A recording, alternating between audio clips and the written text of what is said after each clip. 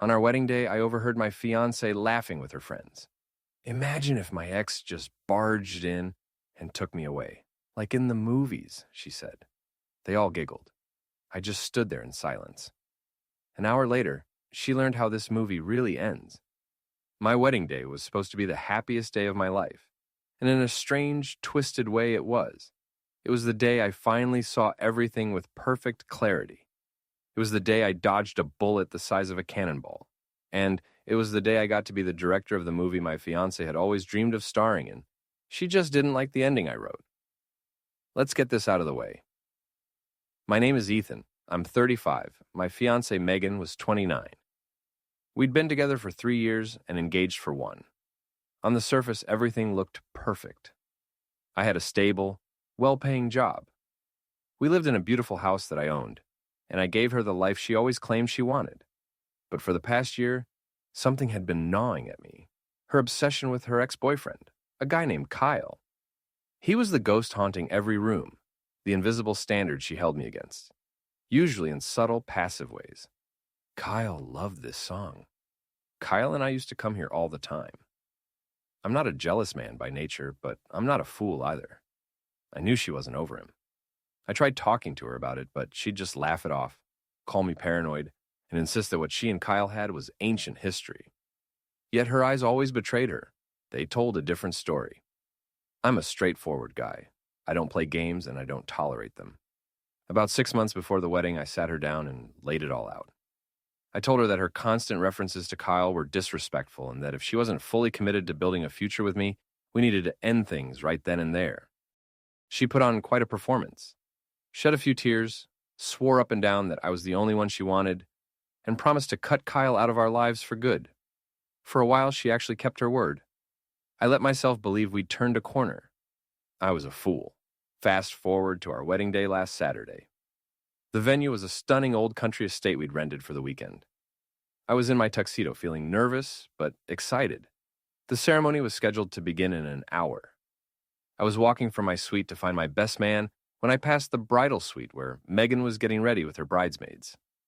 The door was slightly ajar, just enough for me to hear their laughter. I heard her best friend Sarah ask, "You seem so calm.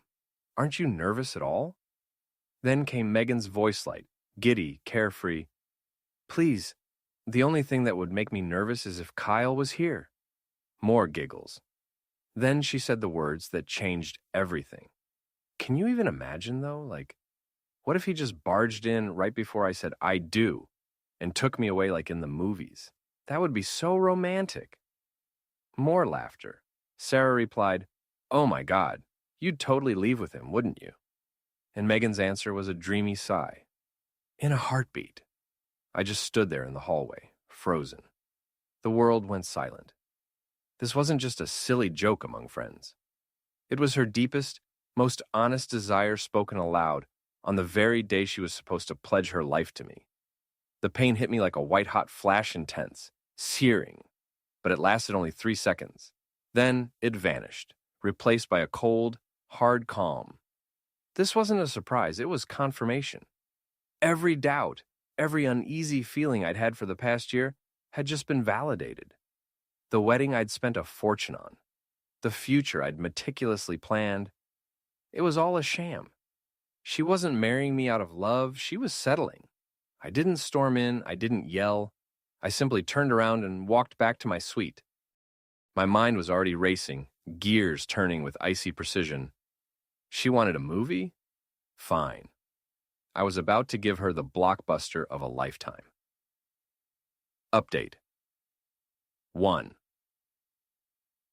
When I returned to my suite, my best man, my brother Liam, was waiting. One look at my face, and he knew something was terribly wrong. "What's up?" he asked. "You look like you've seen a ghost." "Worse," I said. "I just heard the truth." I told him everything I'd overheard. He wasn't surprised. He'd never liked Megan. He'd always said there was something fake about her. He listened quietly, his jaw tightening with every word. When I finished, he just shook his head and asked, "So, what are you going to do? Are you calling it off?" "Oh, I'm calling it off," I said, pulling out my phone. "But I'm not just canceling it. She wants a movie. She's going to get one. I need a favor. I need Kyle's number." Liam knew a guy who knew a guy. It was a long shot, but 5 minutes later, a number appeared on his screen, Kyle's. My next move was critical. Months earlier, I'd bought a cheap burner phone, a little emergency device I kept in my car. This qualified as an emergency. I retrieved it from the glove compartment. I couldn't text Kyle from my own number. I had to be clever. I needed to sound like one of her desperate bridesmaids. So I crafted a message carefully. Kyle, this is Sarah, Megan's friend. You have to get here now. Megan is freaking out. She's in the bridal suite crying her eyes out, saying she can't go through with it. She keeps saying she should be with you. If you ever loved her, you need to come and get her before she makes the biggest mistake of her life. The ceremony is in less than an hour. Don't text back, just come. It was a solid story, but I needed a hook, something undeniable. So I added one more line. She's wearing the locket you gave her, the one with the picture of you inside. She said she couldn't take it off. It was a complete lie, but plausible. He'd given her that locket years ago, and she'd worn it constantly back then. She still kept it in her jewelry box. I was betting he wouldn't remember whether she'd ever returned it. I hit send. Then I silenced the burner phone and slipped it into my pocket. What now? Liam asked. Now? I said, straightening my tie. We go get married. The next hour was surreal. I went through the motions like an actor in a play. I took photos with my groomsmen. I spoke with my parents, telling them how happy I was. Inside, I was ice. The ceremony began. Music swelled. Guests filled the garden where the altar stood. I stood at the front with the officiant, watching the procession. Groomsmen, bridesmaids, including Sarah, who couldn't meet my eyes. Then came Megan. She was breathtaking, a vision in white, gliding down the aisle on her father's arm, smiling radiantly. A perfect bride walking toward a man she didn't truly love, her mind lost in fantasies of another. Her father placed her hand in mine, she squeezed it, a flawless performance of bridal joy. And just as the officiant opened his book to begin, a commotion erupted at the back of the garden. Heads turned. A man strode up the aisle confused, determined, completely out of place in jeans and a t-shirt. It was Kyle. Gasps rippled through the crowd. Megan's face drained of color. Then, for a split second, I saw it. A flicker of wild, electric excitement in her eyes. Her fantasy was coming true. Megan, Kyle said, voice trembling, Sarah texted me. She said you were waiting for me. Megan just stared, speechless.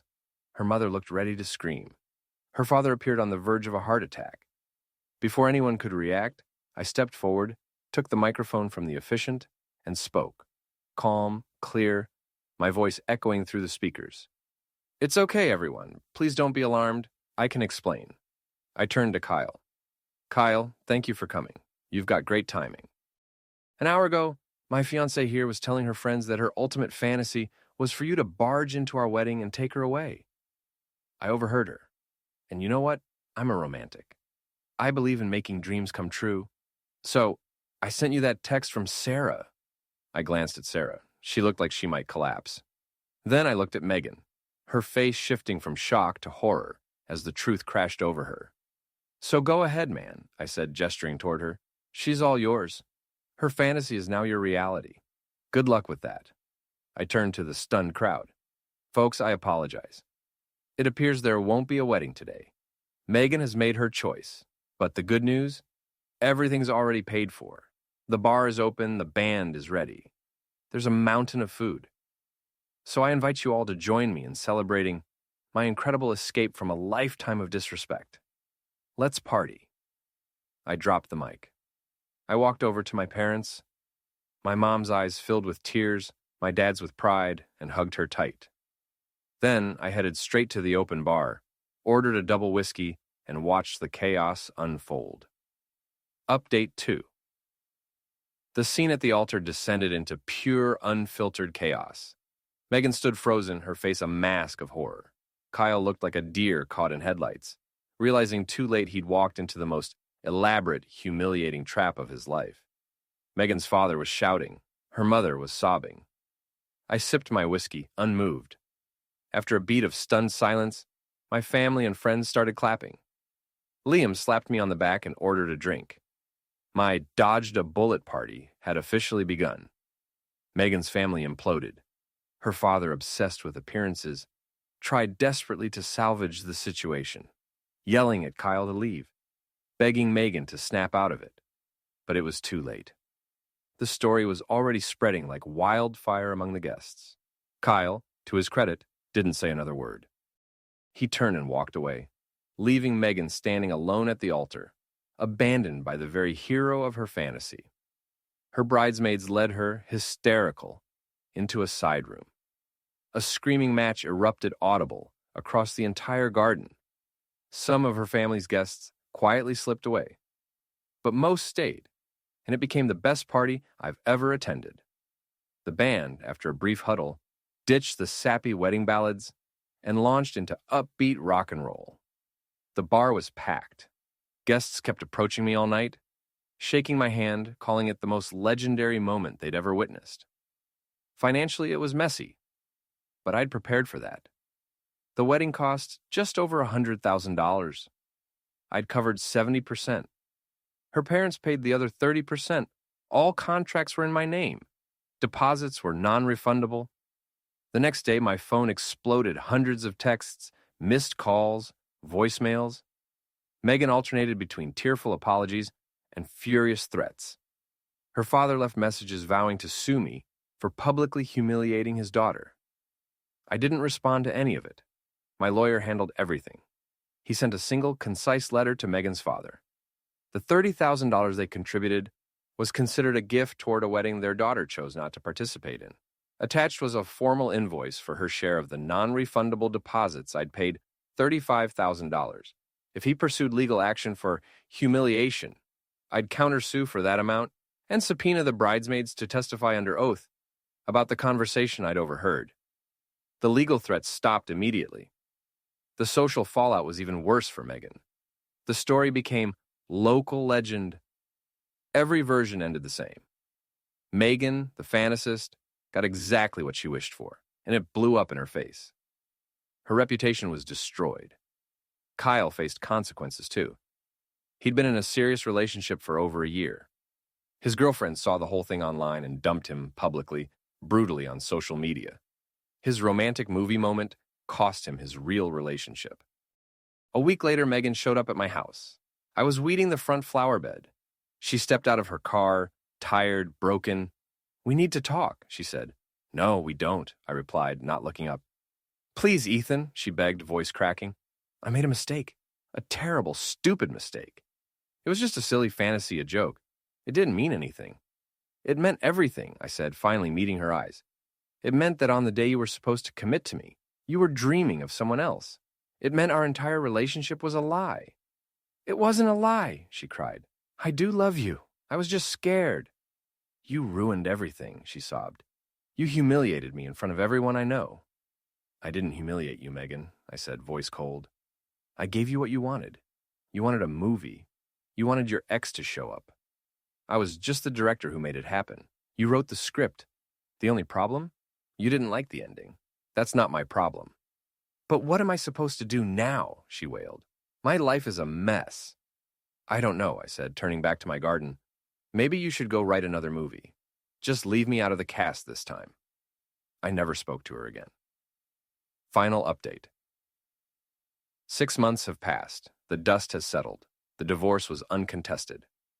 My lawyer made it clear that any attempt to claim assets would trigger the lawsuit and subpoenas. She signed the papers without a fight.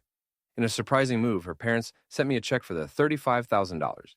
It came with a short typed note from her father. "Bear the damages." I think it was his way of admitting she was in the wrong. From what I've heard, Megan's life is in ruins. She moved back in with her parents. Her so-called friends, including the giggling bridesmaids, abandoned her. Being the star of the most humiliating wedding story of the year made her a social pariah. She's now working a retail job. The glamorous, dramatic life she thought she deserved? Gone. Kyle is still single. His reputation as a home-wrecking fool has been hard to shake. I almost feel bad for him. Almost. As for me, life is good. I sold the big house. It held too many bad memories. Bought a smaller place just for me. That $100,000 I spent on the wedding? I don't see it as a loss. I see it as the price of my freedom, the most expensive and most valuable lesson of my life. I'm dating again, someone quiet, kind, and real. Someone who finds my life interesting, not boring. Someone who would never ever joke about leaving me for someone else. The ultimate revenge wasn't the public spectacle. It was simply taking her at her word. She told her friends and me what she truly wanted. I just made it happen. I gave her the movie-perfect moment she always dreamed of. And just like in the movies, she now has to live with the consequences of her choices forever. The credits have rolled. She didn't get the happy ending she expected. I, on the other hand, got something far better, a new beginning, a new,